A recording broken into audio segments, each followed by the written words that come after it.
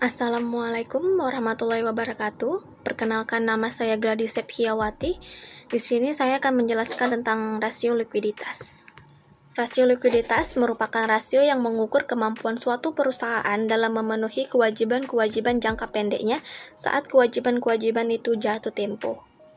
Rasio ini menunjukkan besaran kewajiban atau hutang jangka pendek yang dapat ditutupi oleh kas dan aset lancar lainnya.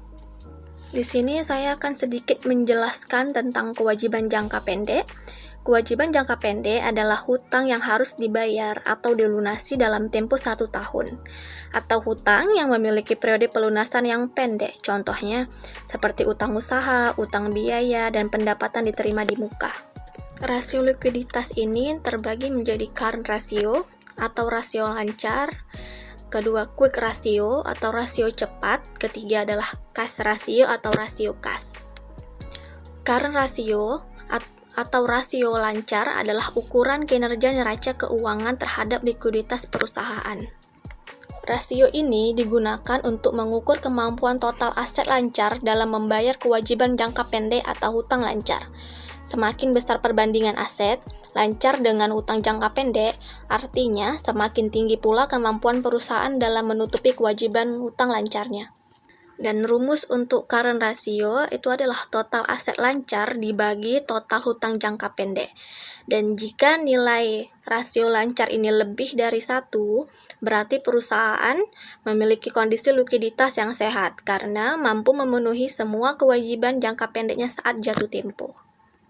Di sini saya sudah menjabarkan tentang contohnya ya.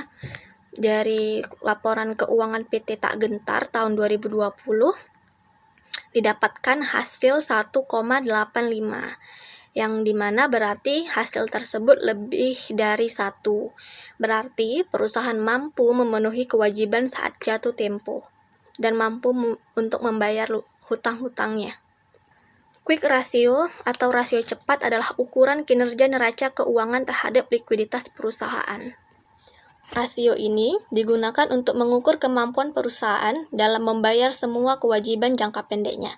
Dengan menggunakan indikator aset lancar dikurangi persediaan. Dan kenapa dikurangi persediaan? Hal ini karena persediaan dinilai aset lancar yang paling kurang liquid, yaitu akan membutuhkan waktu lama untuk dikonversi menjadi uang tunai dibandingkan dengan aset-aset lancar lainnya. Dan untuk rumus quick ratio adalah total aset lancar dikurang persediaan dibagi total hutang jangka pendek. Sebenarnya rumusnya hampir mirip dengan current ratio, yang membedakan hanyalah pengurangan persediaan pada total aset lancar. Dan jika quick ratio lebih besar dari 1, berarti perusahaan memiliki kondisi likuiditas yang sehat karena mampu memenuhi semua kewajiban jangka pendeknya saat jatuh tempo. Dan berdasarkan contoh yang sudah dijabarkan dari laporan keuangan PT Tak Gentar tahun 2020, didapatkan hasil dari quick ratio ini adalah 1,28, yang dimana lebih dari 1, yang berarti perusahaan mampu memenuhi kewajibannya saat jatuh tempo. Yang ketiga ada cash ratio atau rasio kas, adalah ukuran kinerja neraca keuangan terhadap likuiditas perusahaan. Rasio ini digunakan untuk mengukur kemampuan perusahaan dalam membayar semua kewajiban jangka pendeknya dengan menggunakan indikator kas dan setara kas sebagai representasi aset lancar. Hal ini karena aset dan setara kas dinilai sebagai aset lancar yang paling liquid, yaitu hanya membutuhkan waktu relatif paling cepat untuk dikonversi menjadi uang tunai atau diuangkan dibandingkan dengan aset-aset lancar lainnya. Dan untuk rumus cash ratio itu ada kas ditambah setara kas dibagi total hutang jangka pendek.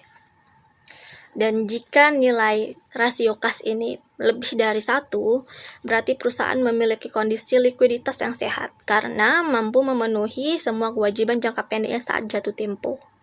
Dan berdasarkan penjabaran contoh dari laporan keuangan PT Tak Gentar tahun 2020, didapatkan hasil 1,26, yang dimana hasil ini lebih dari 1, yang membuktikan bahwa perusahaan mampu memenuhi kewajibannya saat jatuh tempo. Sekian presentasi pembahasan materi saya. Lebih dan kurang saya minta maaf. Assalamualaikum warahmatullahi wabarakatuh.